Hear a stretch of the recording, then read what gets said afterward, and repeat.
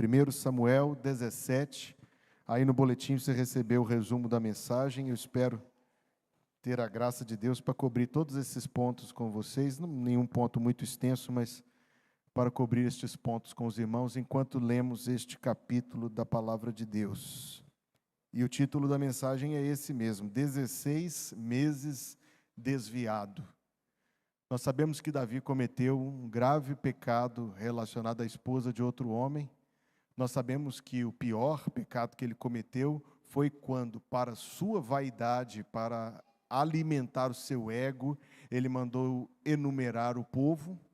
Mas aqui nós encontramos, se não o mais grave, e ainda que seja difícil fazer esse tipo de qualificação, se não o mais grave, nós encontramos o mais prolongado período de queda na vida de Davi. Foram 16 meses, como está escrito aí no versículo 7. 1 ano e 4 meses, durante os quais, todo esse tempo, Davi pode ser considerado como um homem desviado.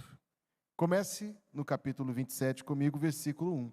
Disse, porém, Davi no seu coração: ora, algum dia ainda perecerei pela mão de Saul. Não há coisa melhor para mim do que escapar apressadamente para a terra dos filisteus, para que Saul perca a esperança de mim e cesse de me buscar por todos os termos de Israel, e assim escaparei da sua mão. Irmãos, a verdade sobre os tempos difíceis da vida é que os tempos difíceis são difíceis. Quando a gente está conversando com alguém passando por uma provação, a gente consegue ter mais clareza de pensamento para dizer, olha, a Bíblia diz mesmo, no mundo tereis aflições. Nós podemos dizer, olha, realmente faz parte da vida e a gente precisa firmar os nossos propósitos e conservar nossa confiança em Deus. Quando a gente está tentando ajudar alguém passando pela provação, não é muito difícil ter esse discernimento. É difícil ter esse discernimento quando nós somos a pessoa provada. Quando a dificuldade abate sobre nós. Aí é difícil a gente lembrar, no mundo tereis aflições. Não é que a gente esquece, mas parece que não surte o mesmo efeito no nosso coração. A mente fica meio que ofuscada, enevoada por causa das dificuldades. E agora, antes de a gente tirar qualquer conclusão, avaliando, julgando Davi, vamos nos lembrar a situação em que ele se encontrava? Primeiro, já fazia alguns anos que Saul, por motivo exclusivo da sua inveja e motivo exclusivo da sua injustiça, decidiu que Davi era o inimigo número 1. Algumas vezes tentou encravá-lo contra a parede, outras vezes, de toda forma, atacando, colocando os homens todos contra a vida dele. E Davi, cercado de amigos, os amigos leais que ele tinha, infelizmente de 2 esposas, Deus nunca quis isso, mas no caso ele tinha 2 e filhos, se via o quê? No deserto, escondendo-se nas cavernas pela sua própria vida e levando toda essa gente com ele. Que peso de responsabilidade.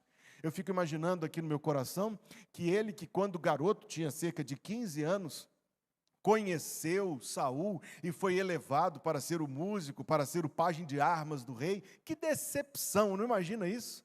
Que decepção Saul foi no coração de Davi. Ele admirava tanto, ele via aquele homem, o ungido do Senhor, e depois ele se vê injustiçado, decepcionado, perseguido. E eu quero enfatizar isso, perseguido injustamente. É para tirar alguém mesmo. Ele devia, em algum momento, como ele revela o seu coração em muitos dos salmos, se perguntar, até quando, Senhor? Salmo 70, até quando? Então, eu digo e repito, que quando a gente é observador da provação na vida de um terceiro, não é tão difícil ter clareza de pensamento. Mas quando nós somos a pessoa provada, é bem mais complicado. Concorda comigo? No caso dele, eu não consigo imaginar que já passei por alguma dificuldade tão perturbadora quanto as dificuldades que ele enfrentava. Dificuldades já passamos, eu e você, por algumas, mas iguais a esta? Eu penso que não. Penso que não. Risco da própria vida? Passando fome? Lembra quando ele foi até Nabal e pediu comida? Passando fome. Fugindo de caverna em caverna, com medo. Não. Eu, com certeza, nunca passei por algo assim. Só para você ter contexto comigo, anos antes, Davi já tinha cometido isso aqui. Para ser bem claro, ponto bem objetivo do texto. Fugir para a terra dos filisteus foi um erro e foi um pecado que Davi cometeu. Ponto. Ele não deveria ter ido para lá, mas ele o fez. E o mais importante para a gente entender esse texto aqui, na profundidade que esse texto tem, é que ele fez isso agora pela segunda vez. Ele tinha feito isso, está lá no capítulo 21, versículo 10 a 15. Ele tinha feito isso anos antes, lá no começo da perseguição insana, louca, invejosa, desequilibrada de Saul contra ele. Então ele fugiu para o mesmo lugar, a cidade de Gate. Aí você encontra o nome de Aquis, não é necessariamente a mesma pessoa, era um título, tipo César ou Faraó. O rei da cidade de Gate tinha esse título.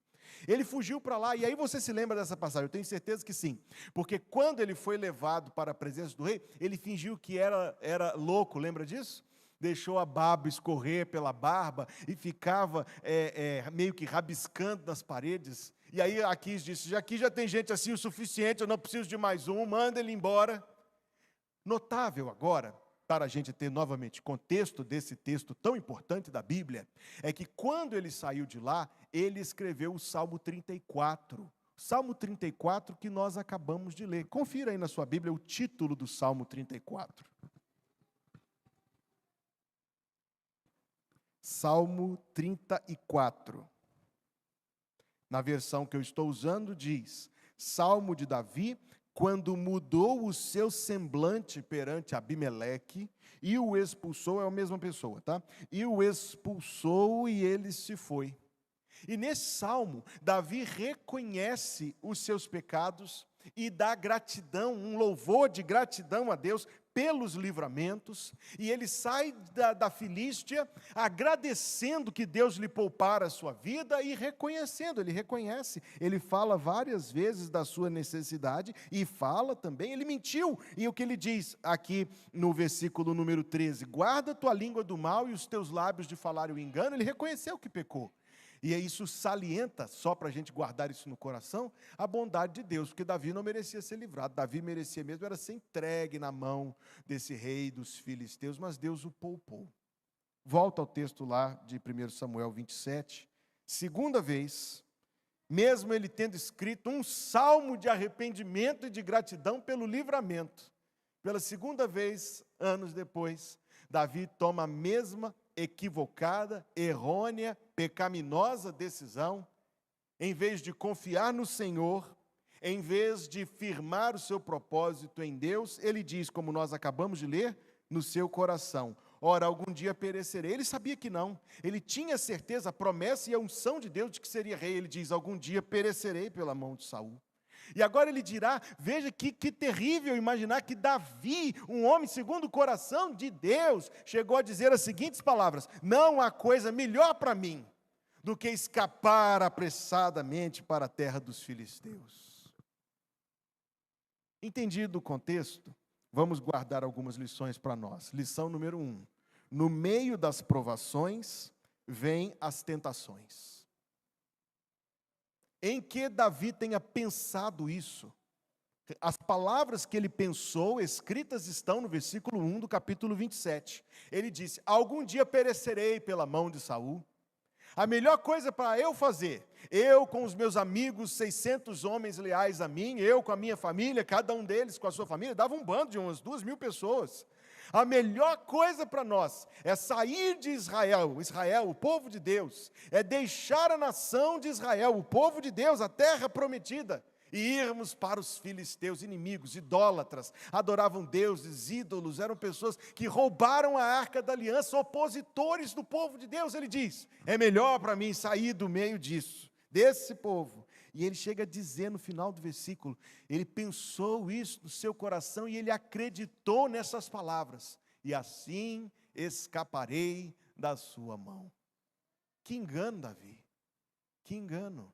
Sim, irmãos, reconhecemos que ele estava passando por uma dificuldade tremenda, não poderia dizer nada diferente disso. Mas o pensamento dele desonrava a unção que Deus mandou Samuel derramar sobre a cabeça dele.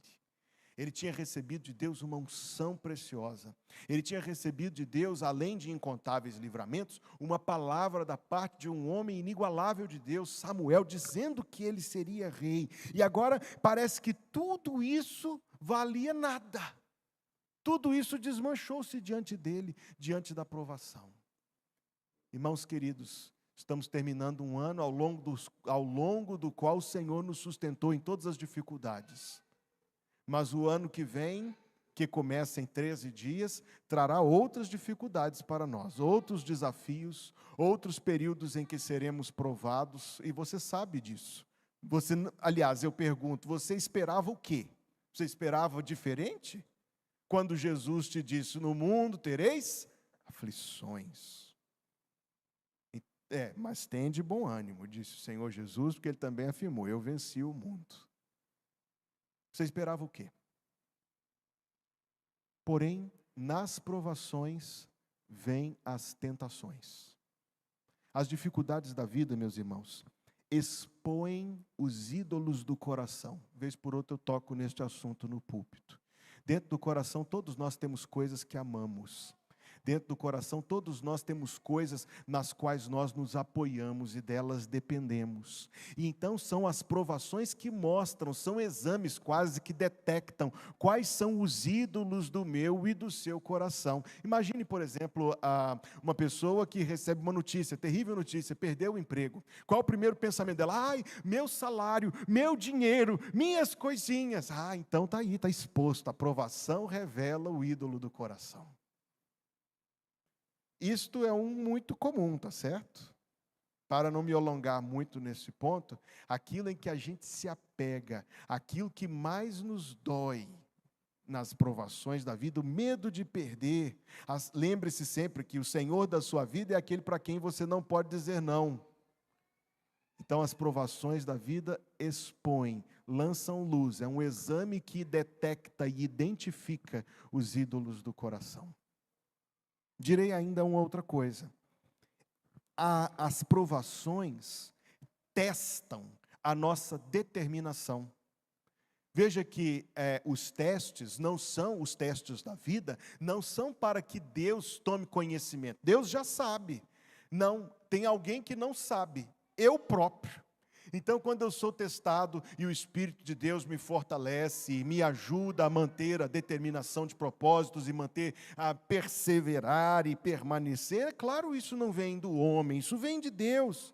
Então, o teste serve para que eu veja, por um lado, os ídolos do coração, mas por outro, a mão forte e sustentadora do Senhor. A mão forte e sustentadora do Senhor.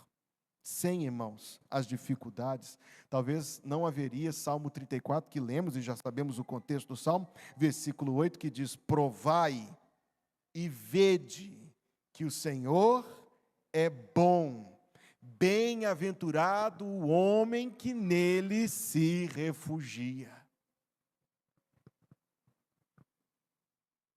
E se a gente aprendesse a enfrentar as provações? É difícil, tem que estar grandinho, comer muito arroz e feijão da Bíblia para isso. Mas se a gente aprendesse a enfrentar as provações da vida confiando no Senhor, e se a gente aprendesse a enfrentar as dificuldades colocando a nossa expectativa no nosso Deus. Sim, repito, é mais fácil pensar com clareza antes da dificuldade e fora dela do que no meio do furacão. Mas talvez porque também a gente se prepare agora, para um dia a gente falar para a gente mesmo, ei, vamos confiar no Senhor, vamos colocar o nosso coração em Deus. No meio da provação, Davi foi tentado. Outro pensamento que eu tiro desse texto é que a luta contra o pecado não consiste numa batalha só. Uma vez ele venceu, quer dizer, ele caiu, mas Deus o levantou, ele não venceu não, ele foi para a Filístia. Ele ia se aliar aos filisteus, mas Deus interveio. Ele sentiu um medo tão gigantesco, depois leia lá 1 Samuel 21, ele sentiu um pavor tão grande dentro do coração dele, e ele não sabia o que fazer. Veja, irmãos, é tão grande o livramento de Deus, porque é a única coisa que ele fez para poder sair de lá foi disfarçar o semblante, ele se fez de fora de si, de louco. Ah, vá. Você acha que o rei dos filisteus não poderia enxergar aquilo como um esquema, sendo que Davi era um homem conhecido, afamado como guerreiro? Não, irmãos, foi um livramento de Deus, ainda que de forma incomum, foi um livramento de Deus.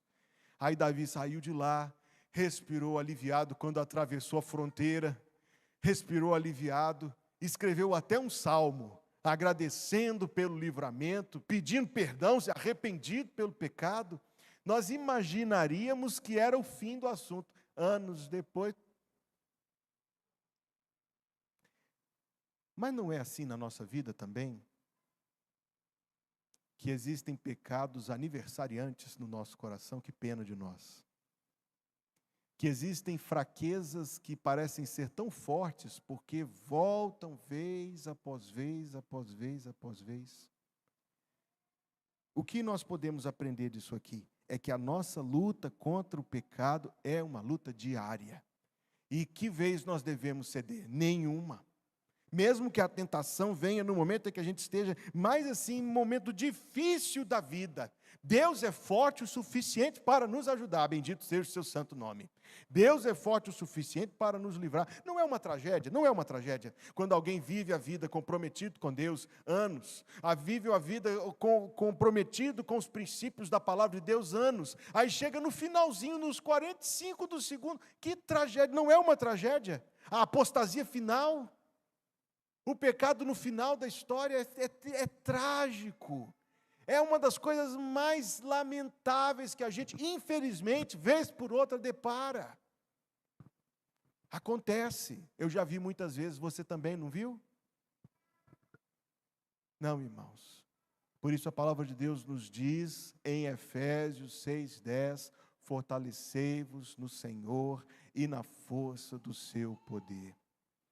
Me vem à mente agora, quando terminou aquele conflito lá no Vietnã, um avião voltava com jovens que conseguiram, pela graça de Deus, não morreram no campo de batalha. Estavam voltando para casa, para a felicidade das mães, das namoradas, não sei se algum era casado, estavam voltando para casa felizes. Que tragédia, o avião caiu no mar durante a viagem de retorno. Todos que não morreram no campo de batalha, morreram já celebrando o retorno para casa. Tragédia maior. Um cristão que foi comprometido com Deus a vida toda, anos e anos, fiel, firme, determinado. E aí no fim da vida, dá margem ao diabo, dá lugar ao diabo, cai. Não é uma tragédia, meus irmãos? Não é uma tragédia que Davi tenha ido se esconder lá na Filístia? O homem que escreveu que Deus era aquele que levanta a sua cabeça no Salmo 3. O homem que escreveu que Deus o punha sobre a rocha mais alta no Salmo 18. Aquele que disse, o Senhor é meu pastor e nada me faltará. Ele que escreveu coisas tremendas. Ei, meus irmãos, não só isso, ele que enfrentou o leão e a ursa, não foi isso que ele disse para Saul? Ele disse, o Senhor me fortaleceu para enfrentar o leão e a ursa. Ele que venceu o gigante Golias. Mas agora ele diz assim, um dia eu morrerei pela mão de Saul. Sabe que essas palavras são palavras contra Deus? Está dizendo, Deus me abandonou, ou Deus me abandonará. Deus não vai. Aquilo que foi dito, que era o propósito de Deus a meu respeito, acabou-se, por terra abaixo, água abaixo, não sei, foi embora. Palavras contra Deus, ele pensou e sentiu contra Deus. A nossa luta não se resume numa batalha só. Porque, meus queridos irmãos, Deus tem preparado uma vitória e um descanso para nós. Mas é no paraíso com Jesus Cristo, ao fim desta vida. Enquanto estivermos nesta vida, nós precisamos nos fortalecer no Senhor. Se alguém pensa que está em pé, cuide, vigie, para que não caia. Terceiro pensamento que esse texto me traz, irmãos, é que o inimigo escolhe os seus objetivos com inteligência. Escolhe os seus objetivos com inteligência. Dizem que lá no norte gelado da terra, lá onde vivem os iglus e o povo inuit, que nós conhecemos como esquimós, um dos perigos para uma família inuit, um dos perigos para os locais daquela região, fora da região urbana naturalmente, são os temíveis lobos, que atacam cruelmente. Aqueles povos, Deus sabe como eles foram morar lá, né? Eu nem imagino. Aqueles povos criaram suas próprias formas de se defender. E uma forma tradicional do povo inuit é pegar uma faca, muito bem amolada, muito bem afiada, e mergulhar a lâmina no sangue e deixar com que o sangue congele. Depois mergulha novamente, e várias camadas de sangue de animal, até que a lâmina fique toda revestida de sangue gelado. Depois, na região onde ficam os lobos temíveis, enterram aquela faca pelo cabo com a lâmina protundente. Então vem o lobo e sente o cheiro do sangue, e atraído por aquilo, lambe. E o calor da saliva do lobo faz com que o sangue na camada derreta e ele sinta o sabor de sangue que atiça tanta voracidade daquela criatura. Mas ao mesmo tempo a lâmina está gelada e aquilo adormece a língua. Então o lobo lambe o sangue e corta a língua, lambe o sangue e corta a língua, e dali a pouco ele encontra um outro sangue, o dele próprio. Mas como a língua está dormente, ele continua atraído pelo sabor, pelo seu instinto, pelo seu desejo de se alimentar, ele continua lambendo a lâmina gelada e cortando a própria língua e bebendo o próprio sangue, até que não demora muito para o lobo morrer.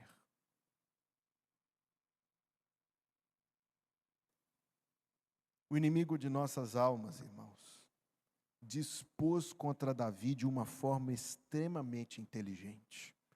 O objetivo dele não era aquela pessoa em particular, mas permita eu saltar, depois eu voltarei nos outros versículos, mas permita eu saltar para o versículo 4.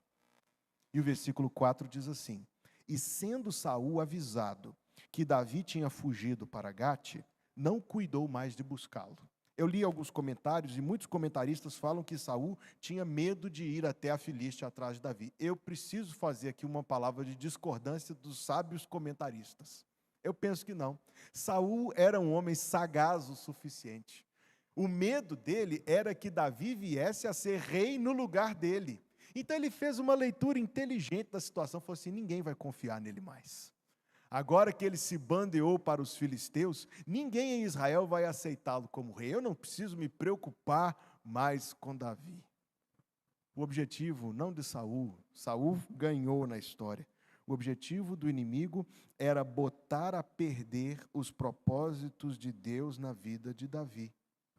O inimigo que vem para roubar, matar e destruir, destrói uma vida, um testemunho que leva anos para construir, um casamento, um ministério, um lar, uma igreja. Dá apenas um toque, um golpe inteligente. Nunca viu, meu irmão, como Jesus nos ensinou a orar, não? Jesus nos ensinou a orar assim: e não nos deixes cair, assim que a gente memorizou. Eu falei isso aqui outro dia, é meio embelezado essa forma.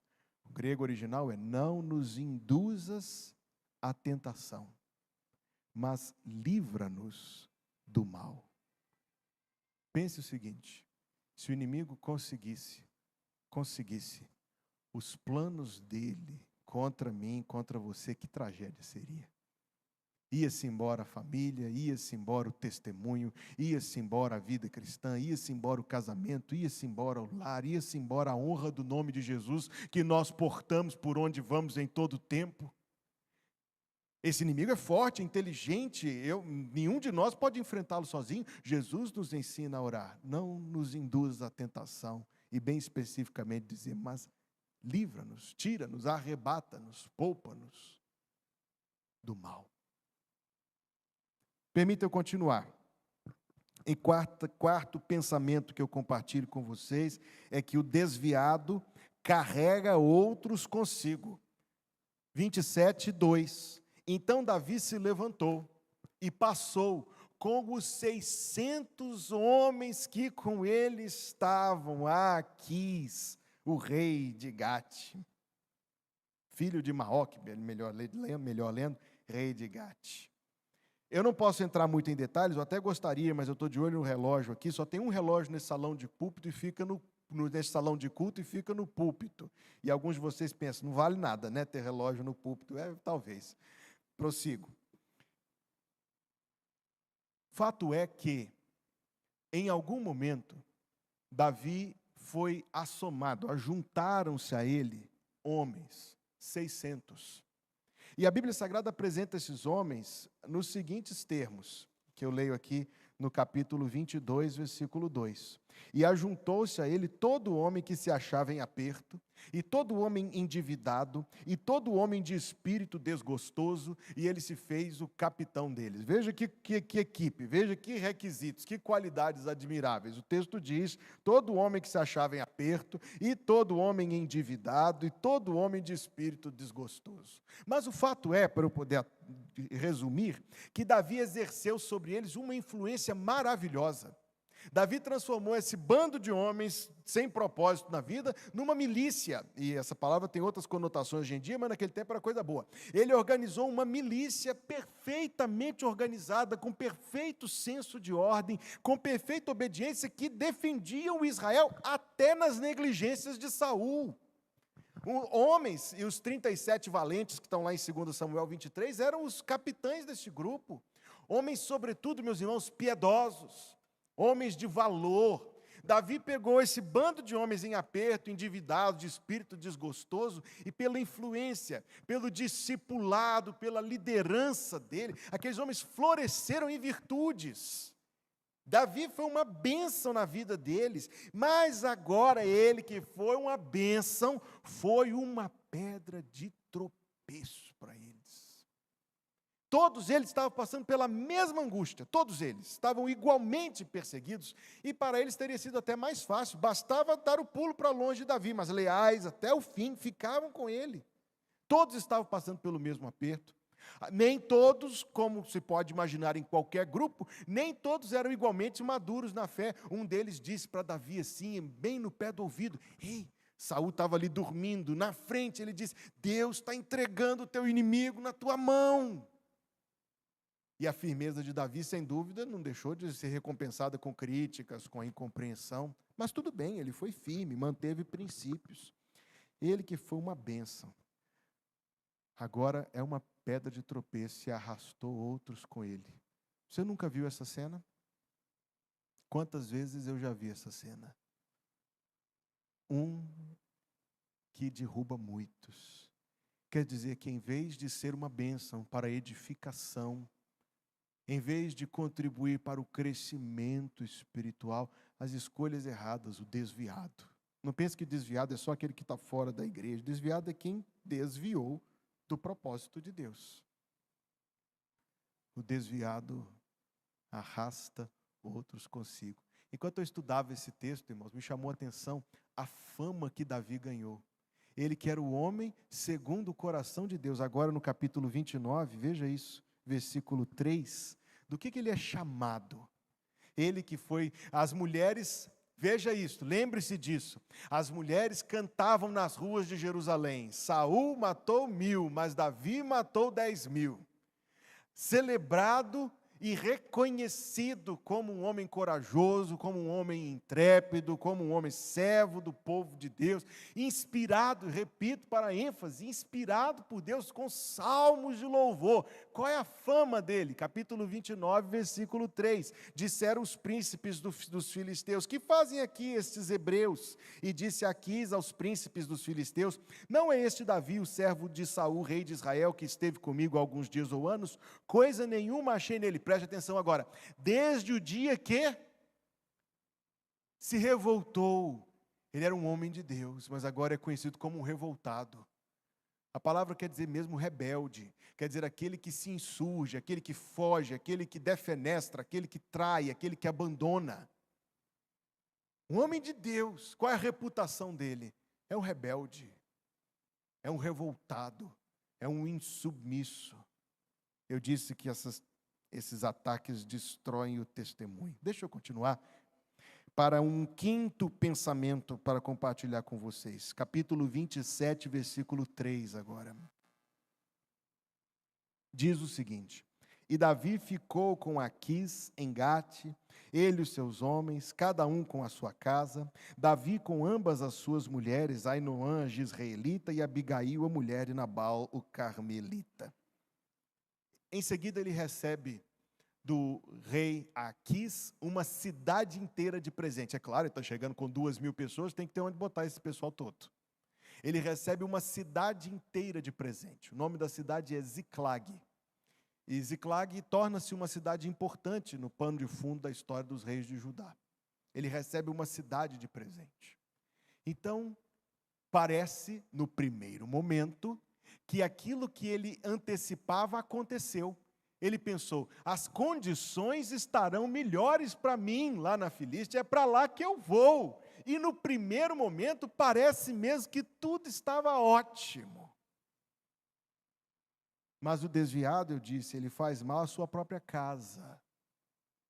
Lá no capítulo 30, que a gente não vai ler agora, vieram os amalequitas a Ziclag e tomaram todas as esposas e todas as crianças e levaram todos como cativos e tudo que eles tinham como espólio. Se eu tivesse no lugar dele, pelo menos por um segundo eu teria pensado, se eu não tivesse vindo para cá, nada disso tinha acontecido.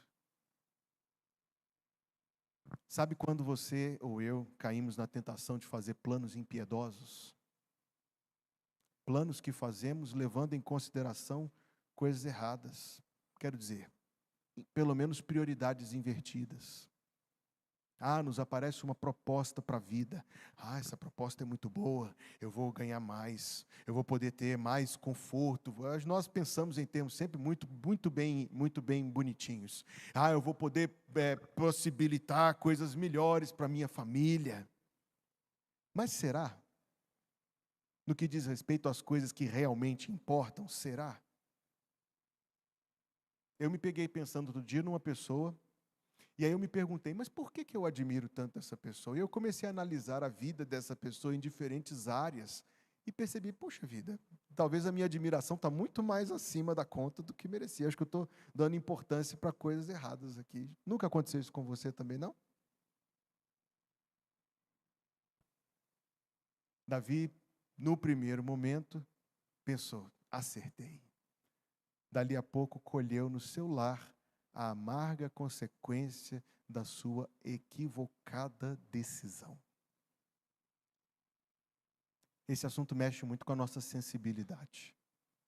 Todos nós amamos as nossas crianças e queremos o melhor para elas. Amamos os nossos filhos e queremos encaminhá-los para o temor do Senhor. Sabe o que Davi fez com seus filhos? Ele os expôs a toda aquela idolatria pagã que tinha lá na Filístia. Longe do templo, longe do tabernáculo de Deus, longe do povo de Deus, longe de qualquer influência santa. Aí talvez ele tenha cometido o erro que muita gente comete e diz, não, dentro da minha casa mando eu vou garantir a piedade portas adentro. Diz a palavra de Deus que aquele que se dá por seguro é um tolo, está lá no livro dos Provérbios.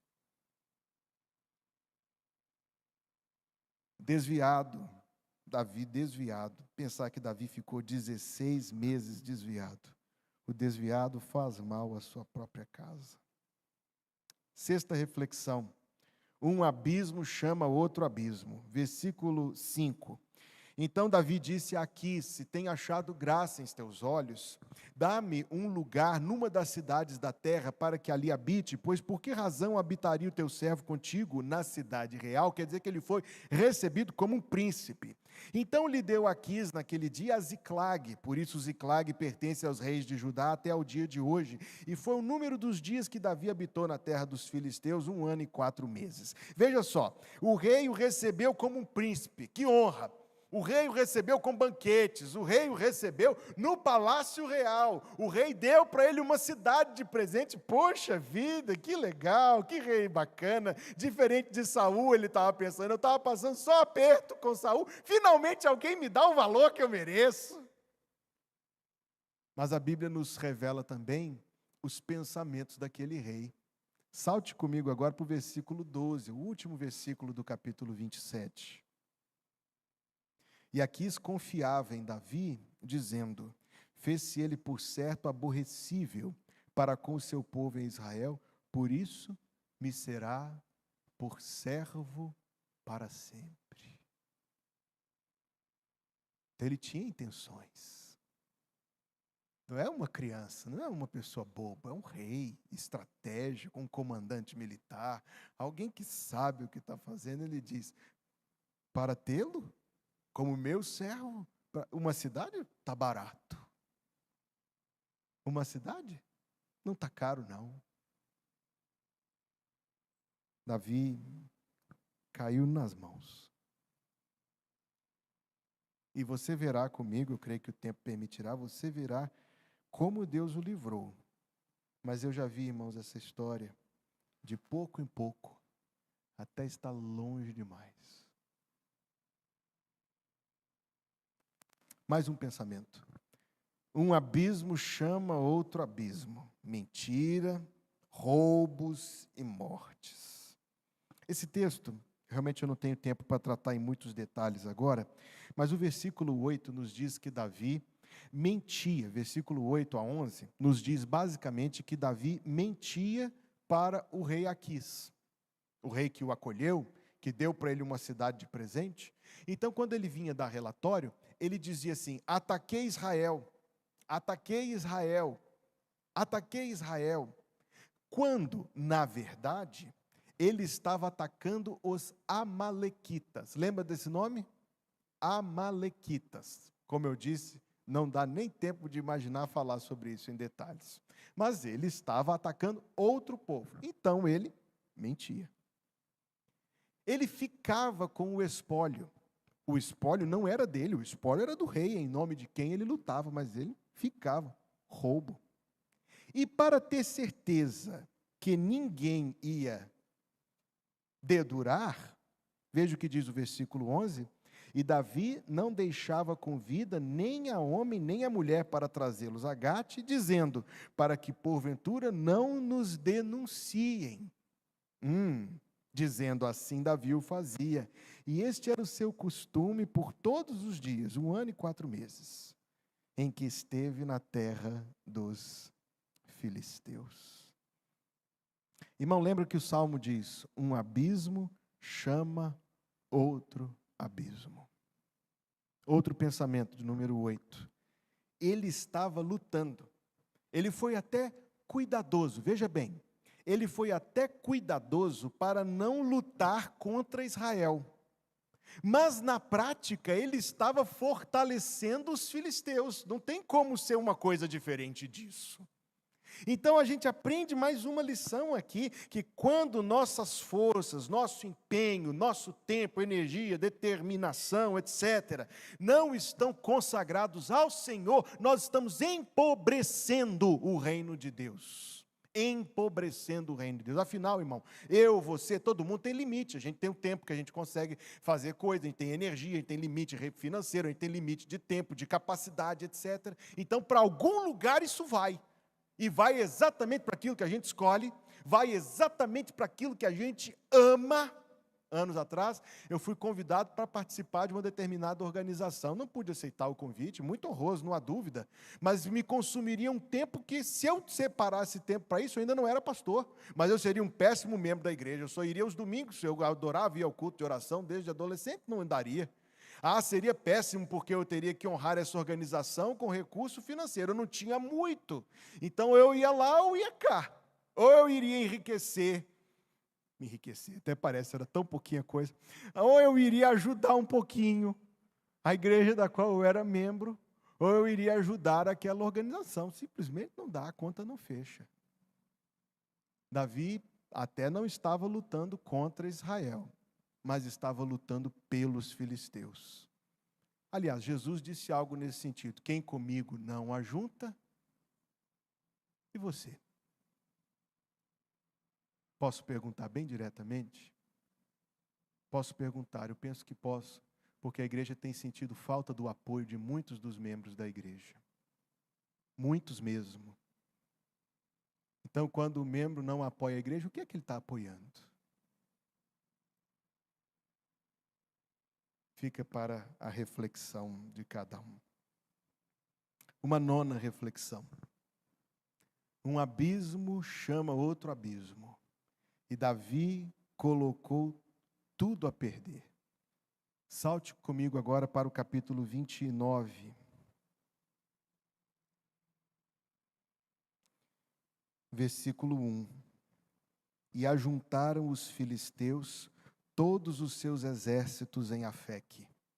E acamparam-se os israelitas junto à fonte que está em Jezreel. Apenas para contexto, essa foi a batalha na qual Saul, Jonatas, seus outros filhos vieram infelizmente a morrer.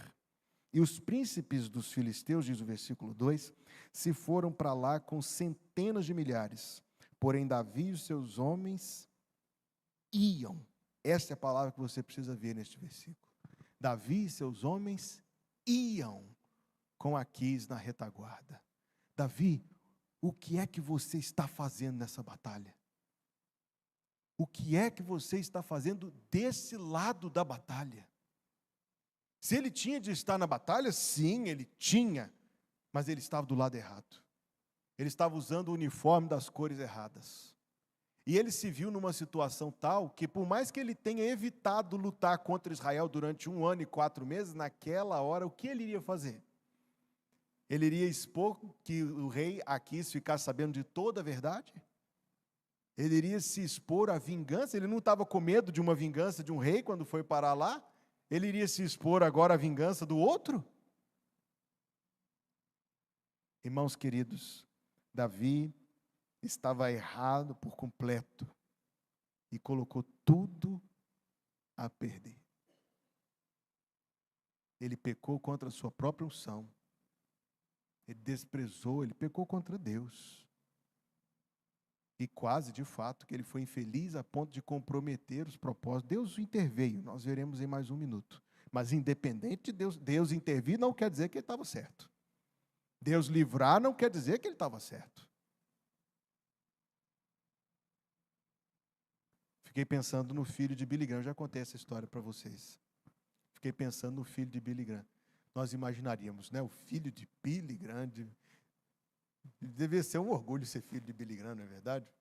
Pregava a palavra, usado por Deus, instrumento de Deus para a salvação de tantas e tantas e tantas pessoas no mundo inteiro, um homem incomum. E o filho dele, você sabe da história? Sabe, né? O filho dele um desviado. Não ia à igreja, não lia a Bíblia, não orava. Nós pensamos, espera aí, o filho de Billy Graham? Um desviado. Voltou, graças a Deus, e hoje serve, dando continuidade ao ministério do Pai, bendito seja o nome do Senhor. Mas o testemunho que ele dá sobre aquela época da sua vida, para mim é muito marcante. Ele diz, eu não deixei de ser filho de Billy Graham, mas eu já não tinha mais amizade nenhuma com meu pai. Não tinha mais amizade nenhuma. Não deixei de ser filho, mas era como se não fosse. Esse é o caminho do desviado. Um crente desviado, triste, é muito triste, irmãos. E quantas vezes são pessoas orgulhosas, na verdade, são pessoas cheias de justificativas e de pretextos e de explicações. Esse é o caminho do desviado.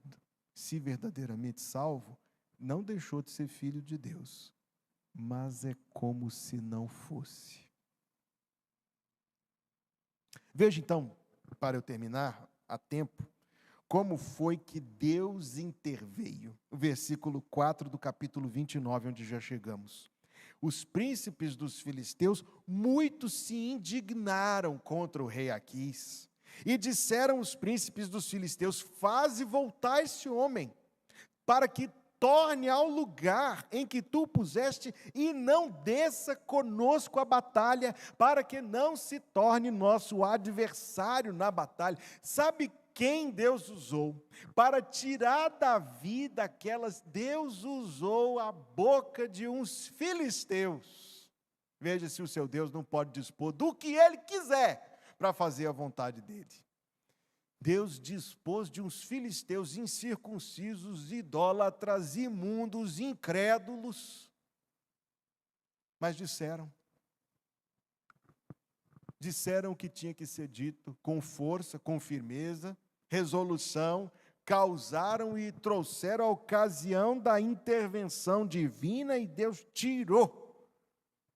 Eu conheço um pastor que passou por um período difícil, algumas decepções no ministério, e decidiu que ia abandonar esse negócio de ministério. Apresentaram para ele que ele tinha uma boa comunicação, um bom relacionamento, e podia ser corretor de imóveis. E ele se inscreveu no curso para ser corretor de imóveis.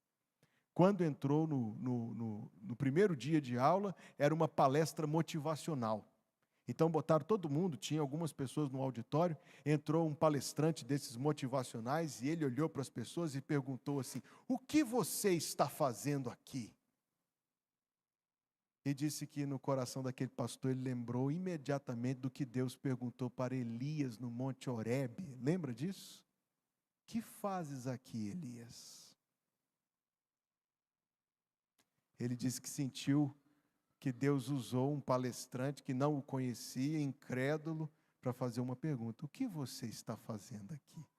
Eu louvo a Deus porque ele levantou daquele auditório, foi embora, e que bom que ele fez isso, porque Deus restaurou o ministério dele, ele tem servido na pregação da palavra até hoje. Deus usou uns filisteus para tirar, irmãos, que tragédia seria se Davi tivesse entrado naquela batalha do lado errado, com o uniforme errado, lutando pelo povo errado. Que tragédia. Deus o livrou. Mas depois de tê-lo livrado, se você ler o capítulo 29, você vai ver que Davi estava desgostoso com o livramento. Sabia disso? Ele questionou. Ele disse: o que é que eu fiz? Muita coisa tu fizeste de errado, Davi. Lava a tua boca com sabão. Mas ele perguntou: o que foi que eu fiz? Olha que coisa. Até onde a pessoa vai? Talvez a gente também fique chateado quando Deus fecha uma porta que a gente estava com tanto desejo que se abrisse. Talvez a gente também fique contrariado quando Deus diz não, quando queríamos que dissesse sim. Davi ficou, gente, leia o texto, eu não tenho tempo para ler o texto agora com vocês. Ele ficou contrariado. Quer dizer que a obra de Deus ainda precisava de algo mais. Além de tirá-lo de lá, era preciso quebrantar o coração dele. E foi isso que aconteceu. Chega o capítulo 30, a cidade Ziclag, invadida pelos filisteus, pelos amalequitas, perdão, as mulheres e os filhos levados, os bens que ele tinha roubado de Aquis, roubados dele. Os homens tão leais a ele, agora falavam de apedrejá-lo. E então, capítulo 30, versículo 6... Davi muito se angustiou, porque o povo falava de apedrejá-lo, porque a alma de todo o povo estava em amargura, cada um por causa dos seus filhos e das suas filhas. Note o final deste versículo. Todavia, Davi se fortaleceu no Senhor, seu Deus. Foi nessa hora que Davi voltou para Deus. Veja o que fez no versículo 7.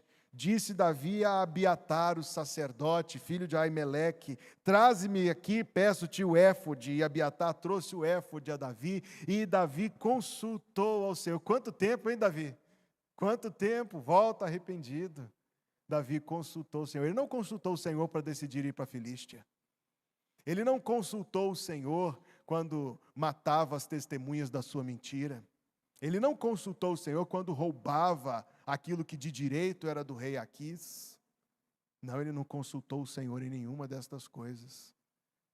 Sabe, irmão, o que eu queria concluir a minha mensagem é quando o versículo diz que Deus respondeu Davi. Deus silenciou-se para Saul, mas Davi Deus graciosamente respondeu. Essa é uma história, talvez secundariamente, sobre as tolices que o meu coração e o seu podem fazer, sim. Mas é, acima de tudo, uma história sobre o Deus gracioso e perdoador a quem nós servimos. Deus poderia ter dito: vai, não te quero mais. Mas não foi isso que Deus fez.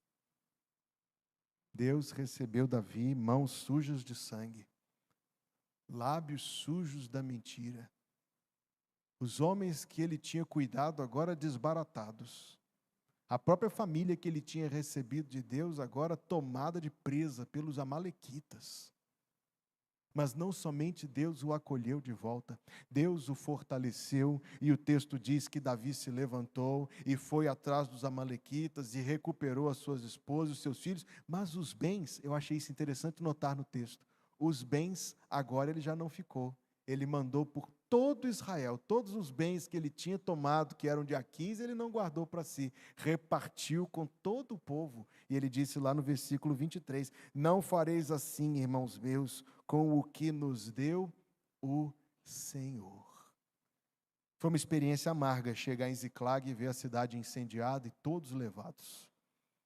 Mas foi uma experiência amarga que quebrantou o coração de Davi, que estava, por sinal, muito, muito endurecido. Faz-me pensar nas palavras do rei Ezequias. Foi para o meu bem que fui afligido. Pois bem, esta é a nossa lição bíblica essa noite.